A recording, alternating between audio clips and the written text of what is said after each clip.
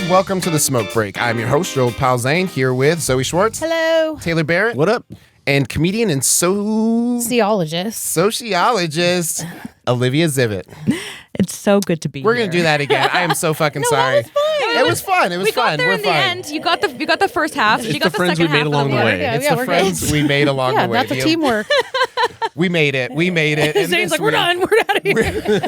Time to go home. It's a new one for me too. I only recently got my degree, so I've been a comic for a while. Only recently, officially a sociologist. All right. Well, you came here to talk a little bit about your research, so share a little bit with me what that's about. Well, I got the opportunity to do some original research in the realm of what we call porn studies, which is not really a degree you get. It's more like a field of research you enter.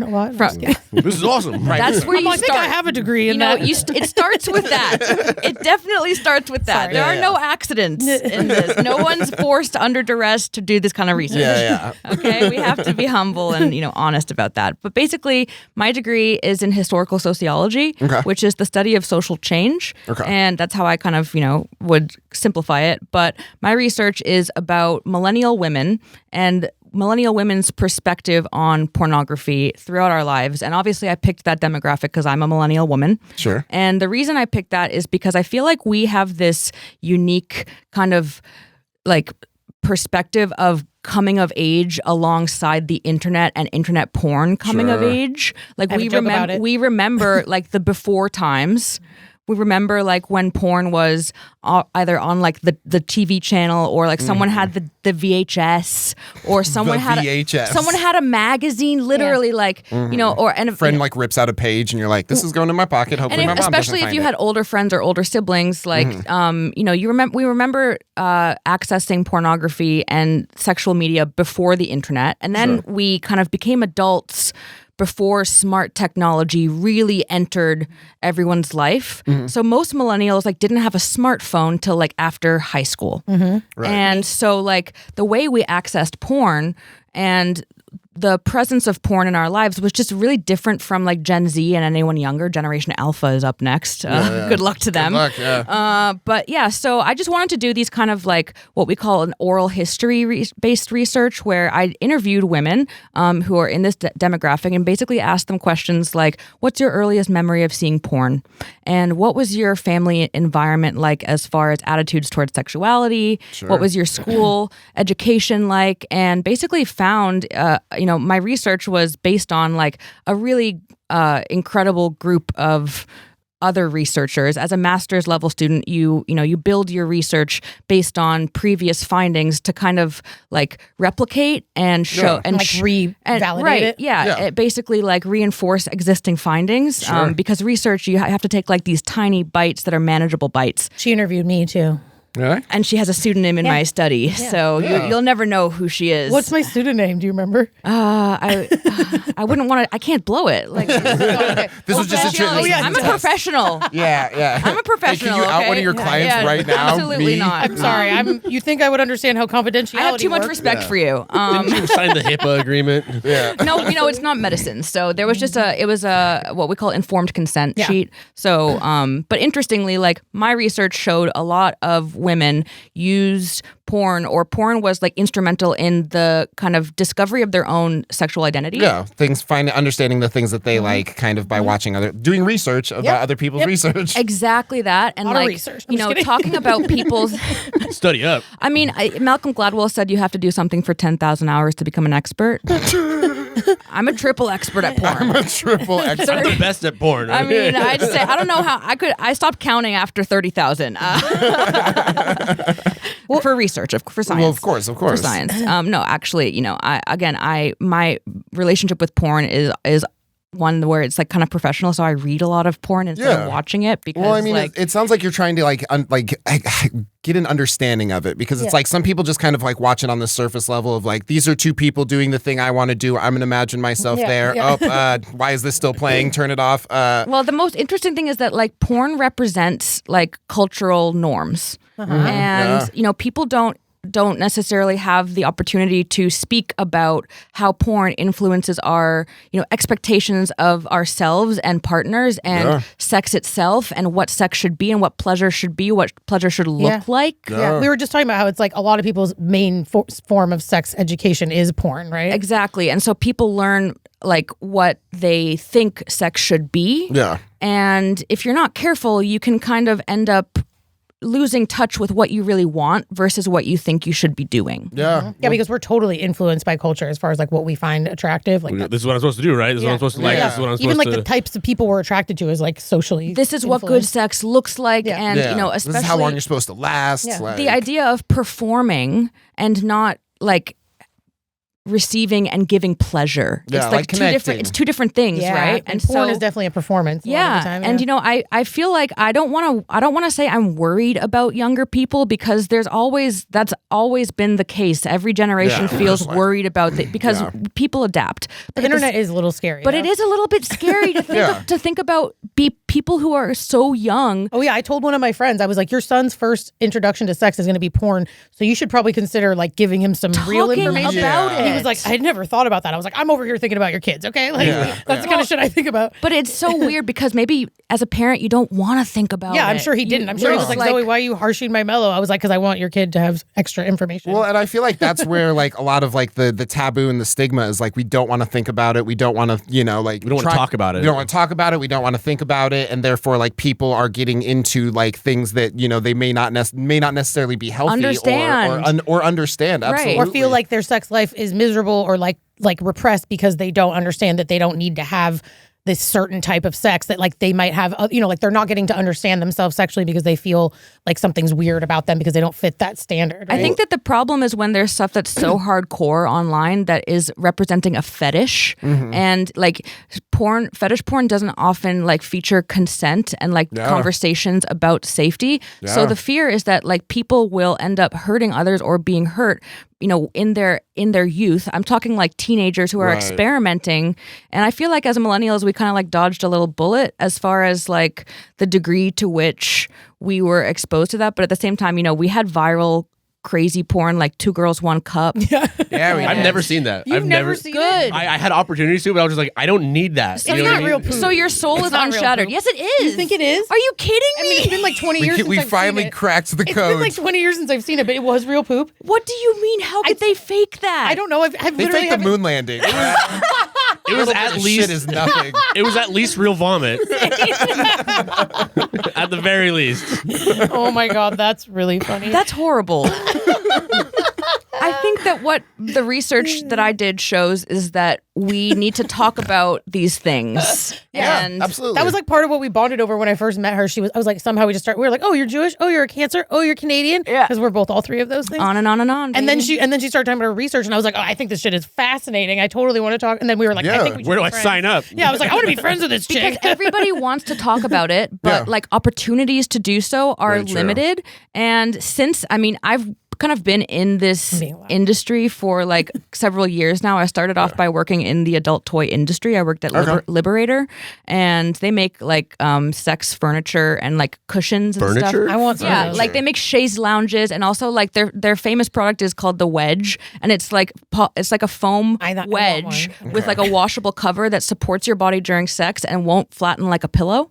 So like it helps with like angles of penetration and stuff. They have patents on it. I think I've seen pictures of it. And they manufacture in Atlanta, Georgia.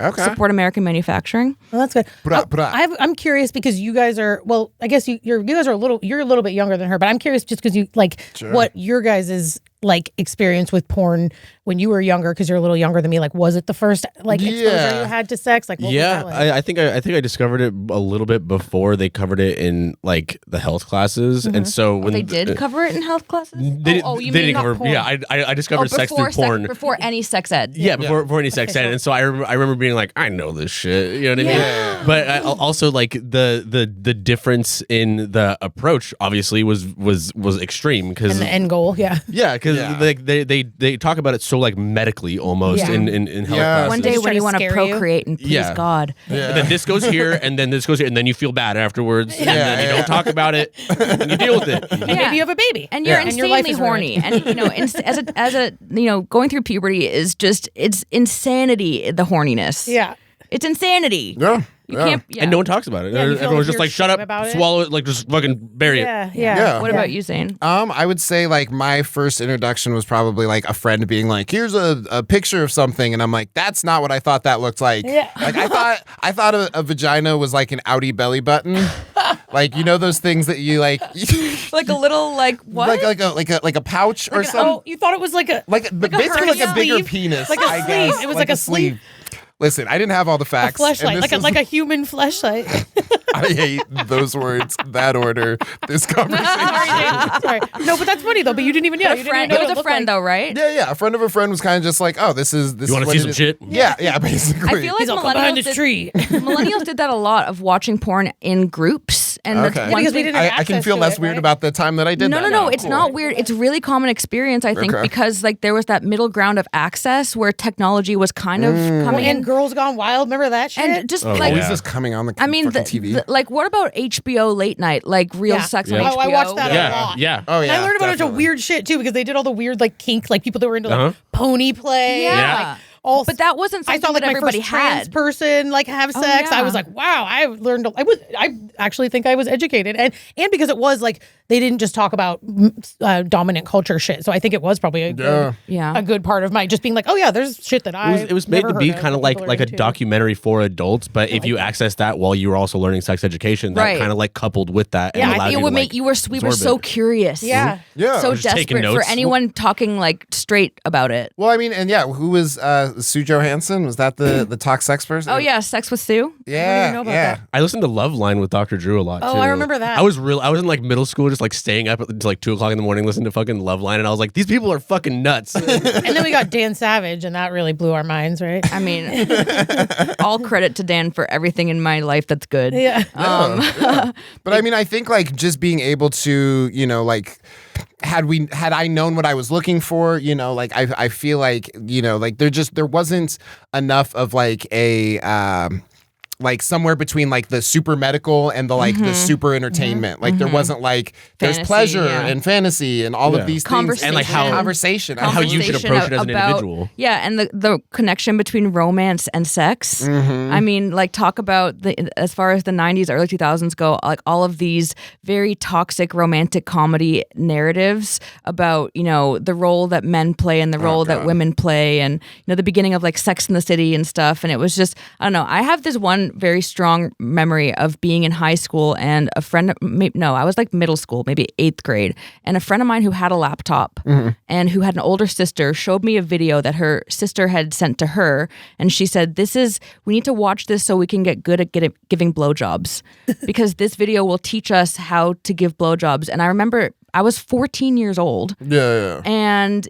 the thought of like when I see 14-year-olds now. Yeah. You're just like, you don't need access to that. But also I think like, oh my God, like what they have access to now compared to back then. It's just things they think they need to be good at. Yeah, they think, and it was just, it's a very interesting kind of social and like technological change. Yeah. Well, I guess I always had like a really hard time because it was like, I was always very anxious about like intimacy. I was very like scared to like do something wrong. I was afraid to like, I didn't get my first kiss till I was like 16 or something like that. And like, that's not that late. That's not that late, but it also. But at that time it feels late. Yeah, but it was also like, it was also under just like very strange circumstances of like her, like finally making the first move.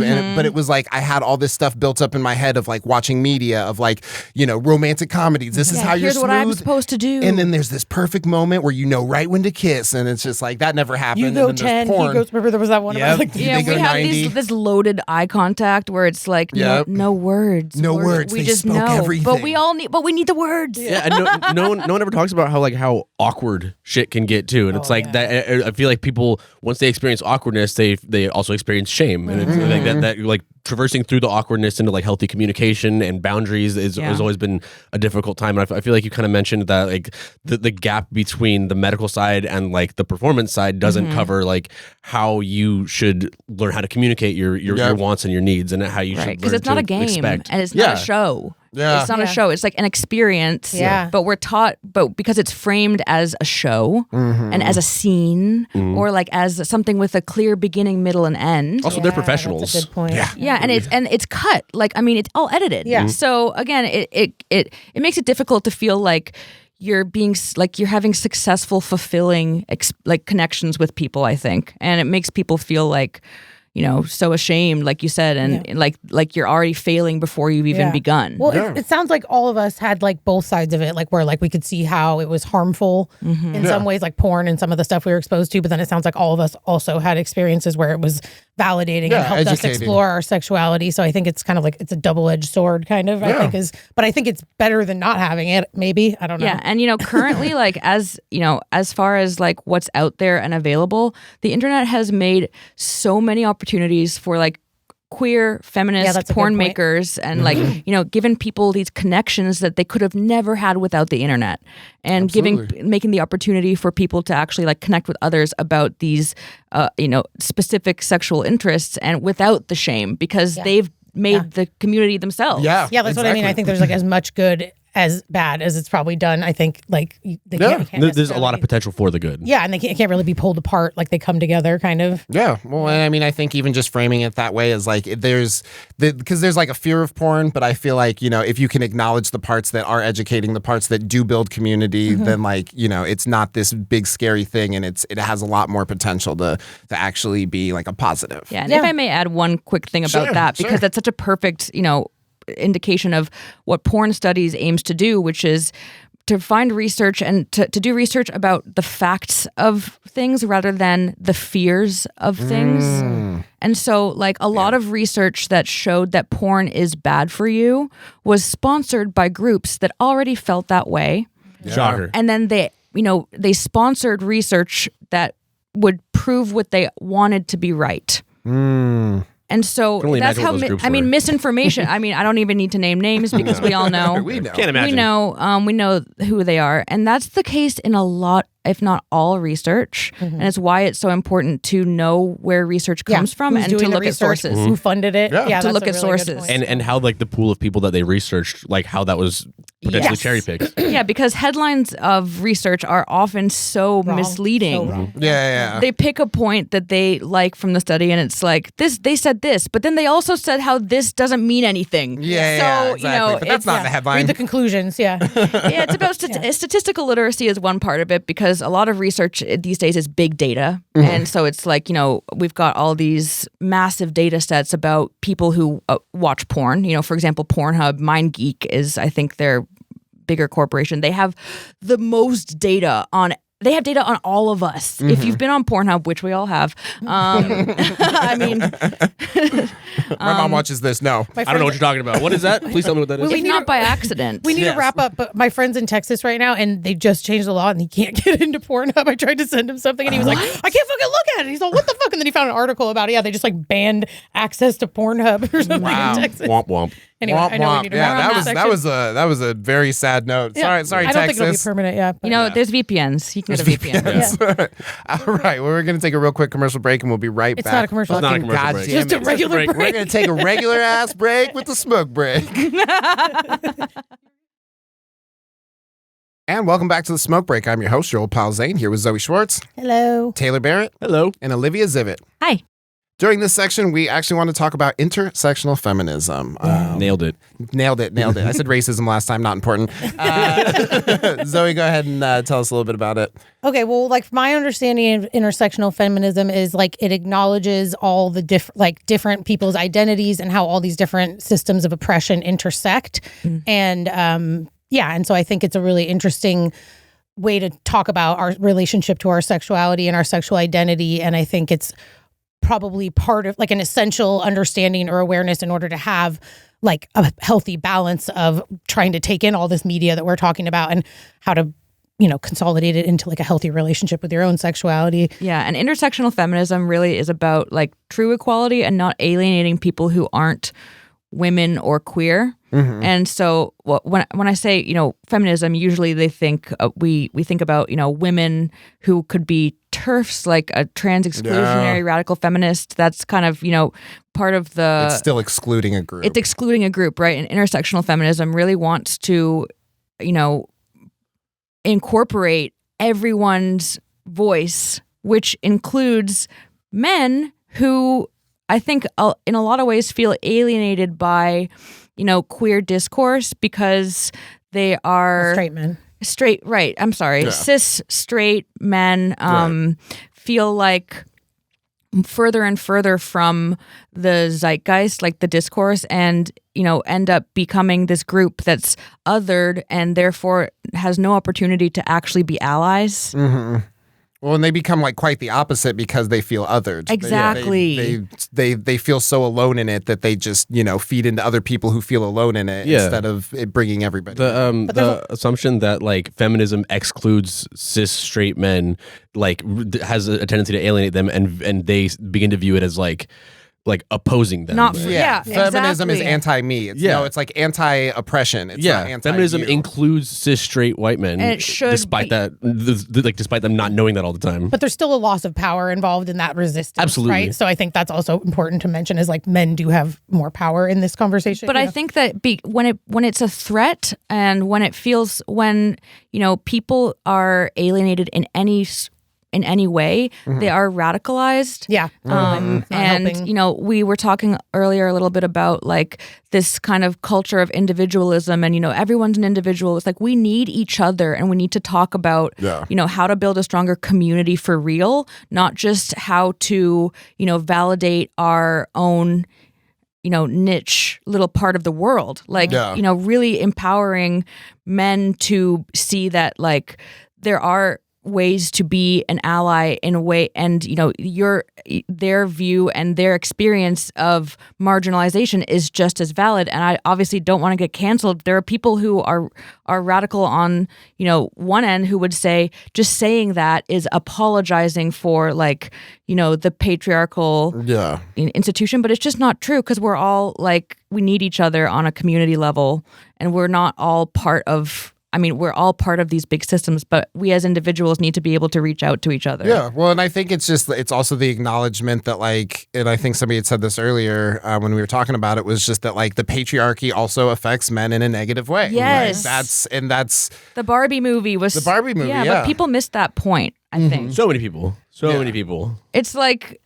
a very smart, kind of subtle message in there, but it's the message that like the patriarchy is bad for all of us. Well, I've definitely felt like there were parts of like I've had a weird relationship to men just because like I never really felt like I fit in with them. Like I didn't talk the way they did, I didn't walk the way they did, so like I felt very alienated by them. And then when I would like participate in the things that I thought men did, which were like, hey, let's talk about how they have a face or whatever. That's why I don't. Yeah, that was. You can tell how. So you blended in really well. Yeah, I was like, they don't know I'm queer or possibly non-binary. They have no idea. I'll figure it out later, but.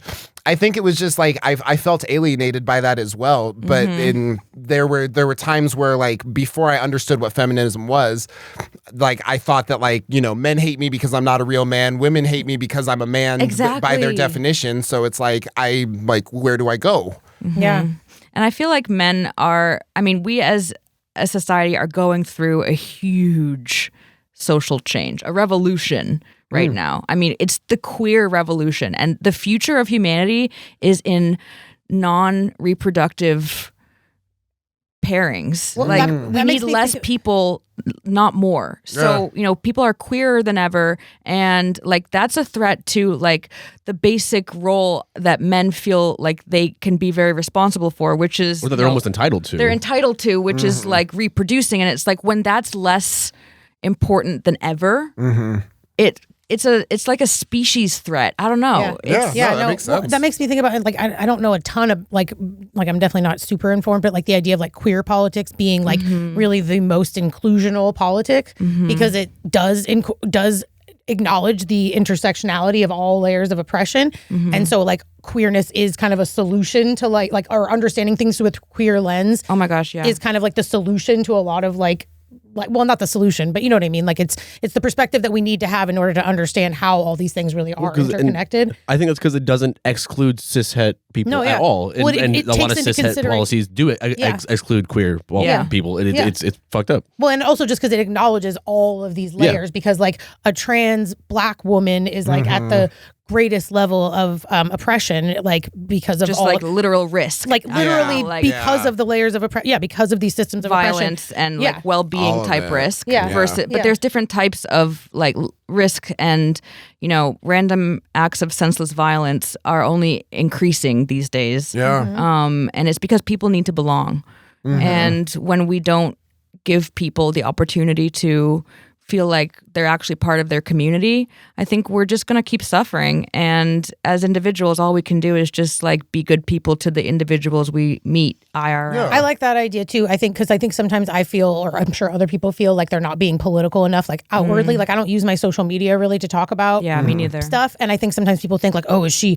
this or that or whatever? And I'm like, you're not saying anything. I get to decide the story. But I'll get like into we notice when you don't post things. It's like that is such an alienating statement. For sure. But in my personal life, I think we forget the power of like you said, like small acts or just conversations or like disrupting certain conversations, like showing up and being there for actual you know, we being a community member, supporting people that are struggling, having conversations with people that don't get it, you know. So I think like I try to remind myself that I'm a super political person in my personal life, but I don't put a lot of it on the social media because it just feels more effective to me, and it feels like an intimate thing to put social media for comedy a lot of the time. Yeah, in comedy we're walking this fine line between like, you know, having that public image and living for spreading our jokes. That's all we want to do is just make people laugh. Yeah. Well, something that you had said was like talking to people, you know, like that don't understand, you know, like because it's like I felt like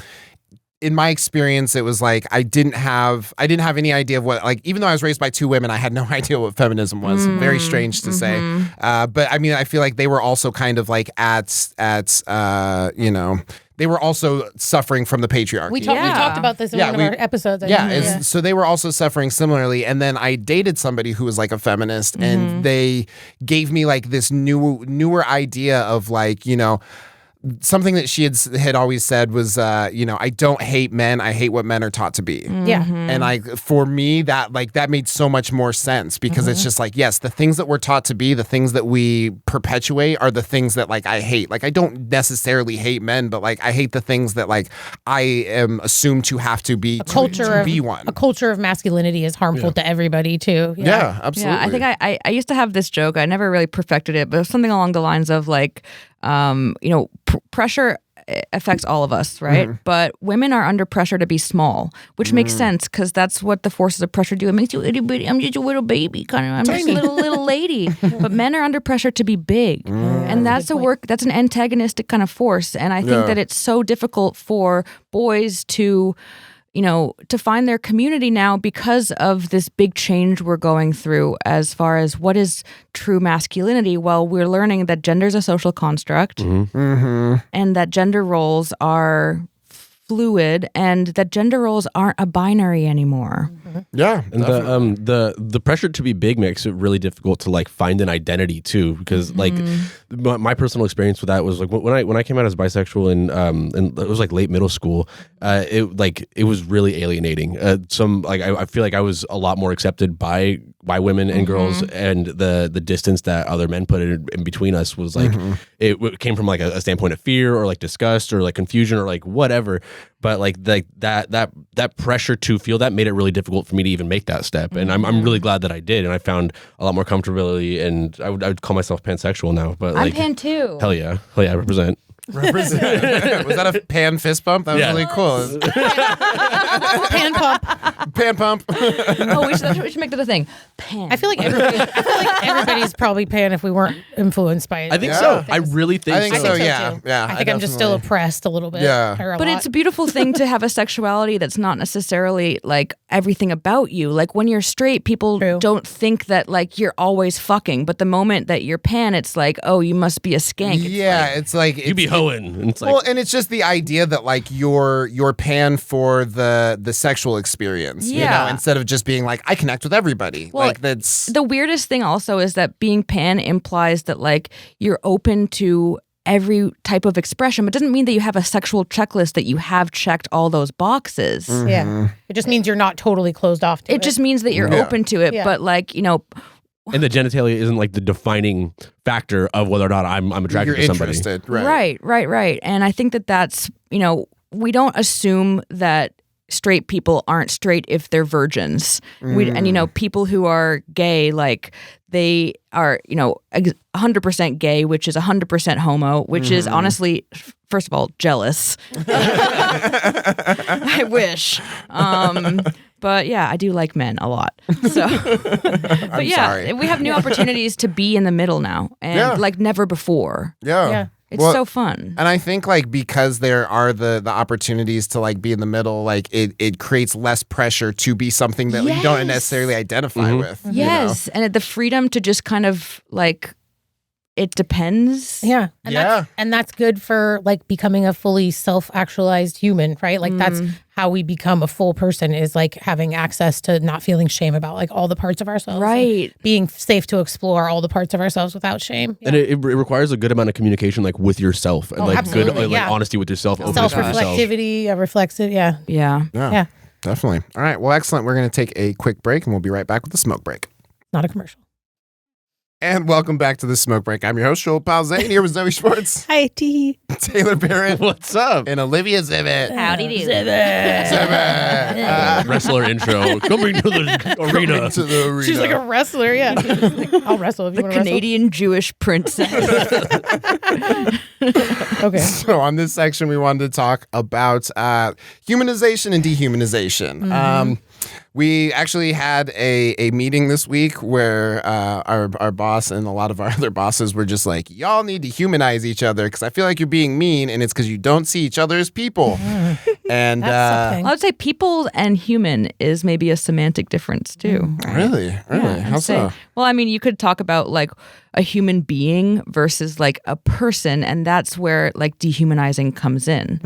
So it's like you can intellectually acknowledge, yeah, we're all human beings, but personhood is kind of what they use in like the reproductive rights debate. Okay. I did not understand the difference, but I now do. I was just like, I'm glad you walked us there. I think that like I could be wrong here, but I think a person has rights and like a Jesus. you know. Well, yeah, because that's that whole conversation about like an but a embryo human being doesn't a have person. rights? That's Whoa, whoa, whoa, whoa, whoa. Is this news to you? Yeah. I'm surprised as a black man in America. I'm like, what? That's just like semantic differences, but it's part of the topic, which is like, well, I mean, I think that, you know, like semantic differences is you know, like a good place to even like Language point is powerful. out. It makes a huge language is difference, powerful. Yes. Is that it's, you know, like if we see somebody as a person, you know, it's like that determines whether or not like our interaction with them.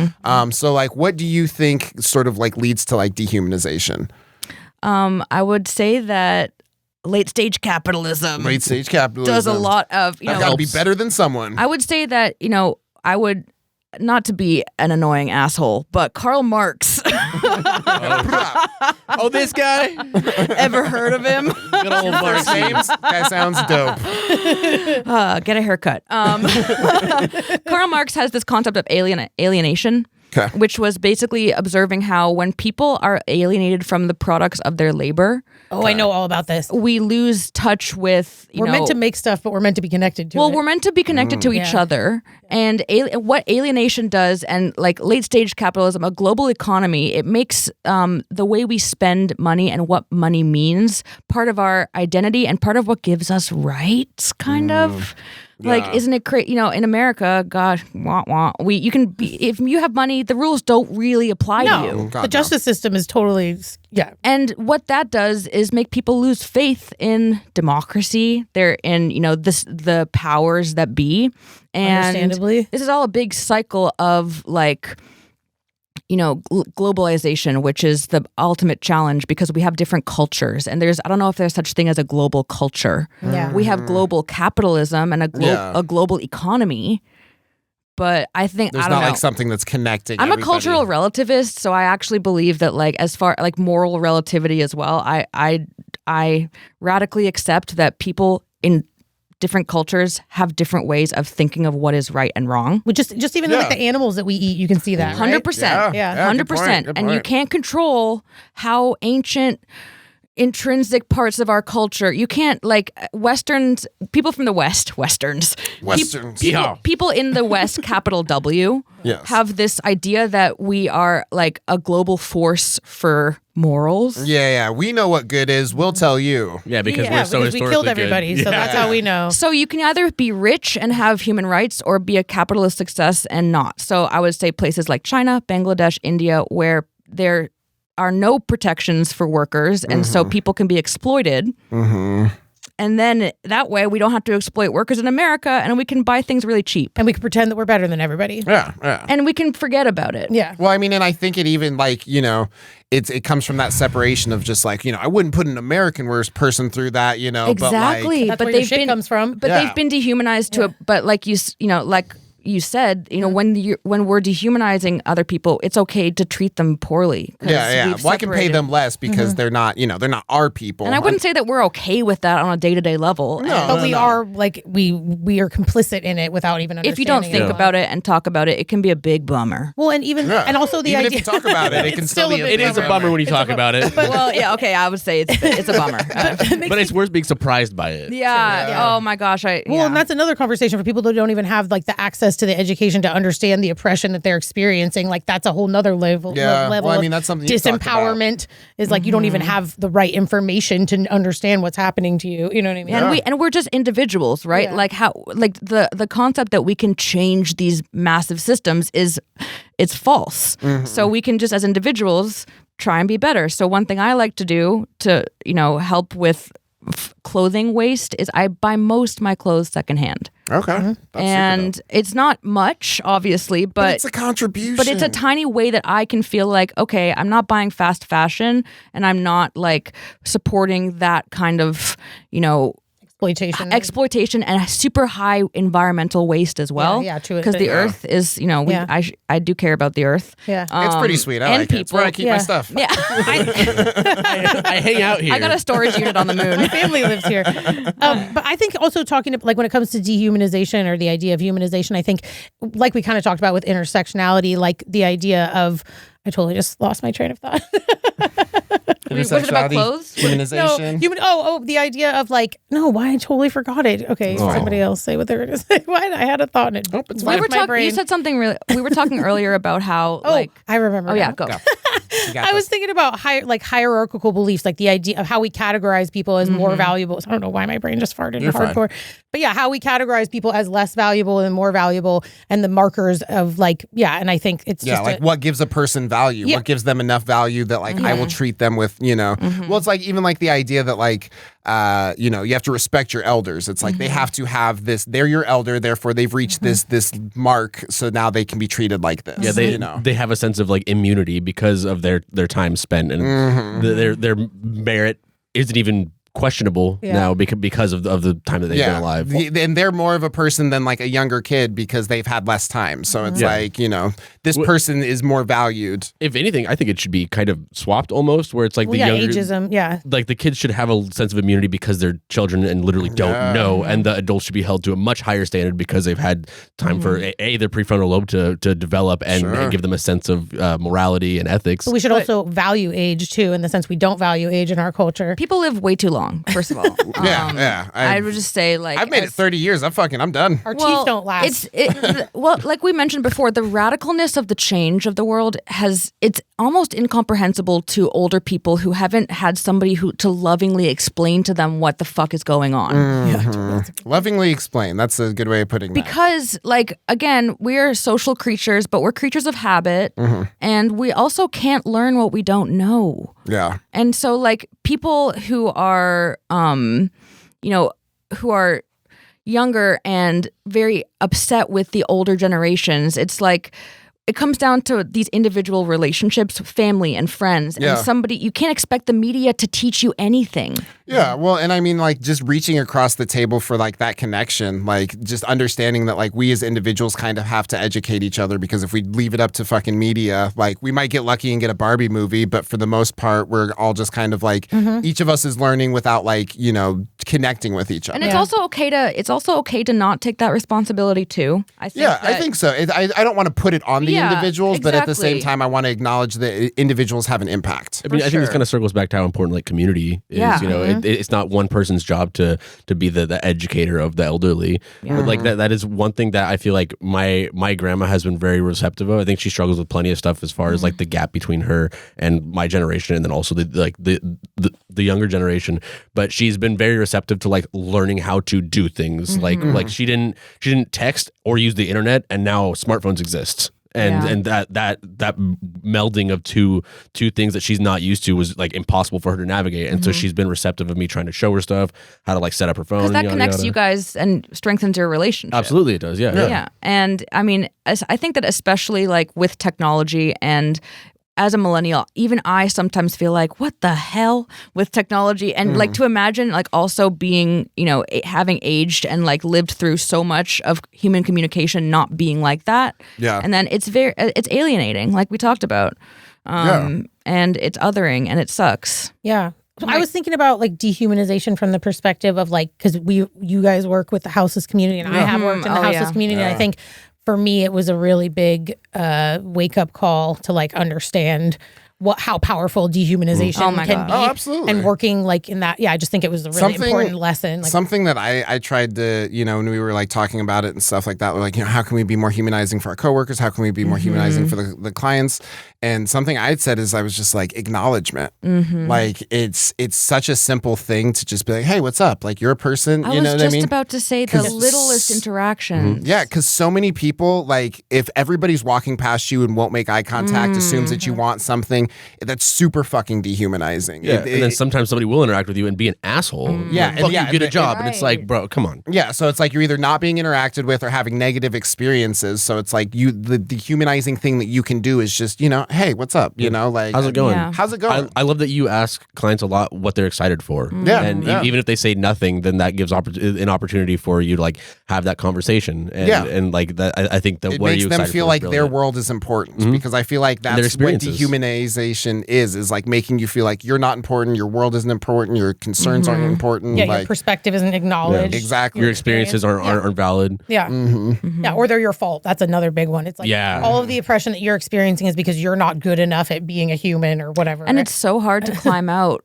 of such a horrible circumstance if you don't even have internal self-worth. Yeah, which if you didn't have a supportive environment growing up, you're probably going to struggle with that, because I struggle with it, and I supposedly did. Right, we need each other. And we struggle with that anyway as humans. The small interactions really matter. Yeah, definitely. So, like, what do you think goes a long ways towards humanizing people? I think slowing down and, like, enjoying the little interactions. I feel like whenever I'm out shopping, I love, like, talking with kids, or like just a little smile and a wave at a kid, especially if they're a toddler, like, they'll wave back. And then there might be with a single parent, or some people who have kids in tow, they're always like, and when they're shopping, they're always, like, annoyed because like, this kid is slowing me down. But, like, it's just one of my personal practices is to, like, give a parent, like, or a caretaker or whoever with a kid, just give a little positive interaction, like a smile, and you're helping with the shopping. That's really good. And those little things, because child rearing is very isolating. Sure. And that's one thing that our community doesn't really do like we did for throughout human history, which is like live in tightly knit communities and help each other. I was going to say same with aging people too. Yeah. Now we put them in homes. Yeah, I didn't And we think just about sequester that. people. And like in more traditional cultures, the elderly will live with their 2 or 3 generations below them and, be involved, not like written off. If you're no longer like a productive capitalist, like you should just go live in a dorm and get chlamydia. Yeah. Retirement. Doesn't everybody do that? Retirement communities are like single-handedly keeping chlamydia and gonorrhea alive in the world. So thank you. Yeah. I mean, I like it that old people are fucking. I just want them to use a condom. Yeah. Or a dental dam. I mean, or if you don't have teeth, I guess you don't. Or just dentures. Take the dentures out and you're good. Just gum it. I was going to say, if you had Give a him gum that gummy job, toppy. Oh my god. Get it, Grandma. Oh my What god. did you say? Gummy toppy. Yummy. Jesus. Gummy. Oh, I Gummy. was like, what? No teeth. If you maybe it's yummy. I don't fucking Okie doke. Well, this has been the smoke break. Yeah. Are you doing the face? Yeah. Still. Watch the video. Watch the video. This has been an amazing episode. Olivia, thank you so much for joining us. It's been such a privilege and pleasure talking to you guys. Yeah, thank you for being here. It I was feel like we awesome. could have talked for like an hour more. It's just such a pleasure to like get invited to something like this. I have so much respect for you guys. Thank you so much. Thank you. Thank you so much for we joining respect us. you. All right. Well, that has been the smoke break. We will see you next time. Cowabunga. Gummy toppy. Hang loose, brother. Sounds like a cake topping. It sounds like a lewd sex act.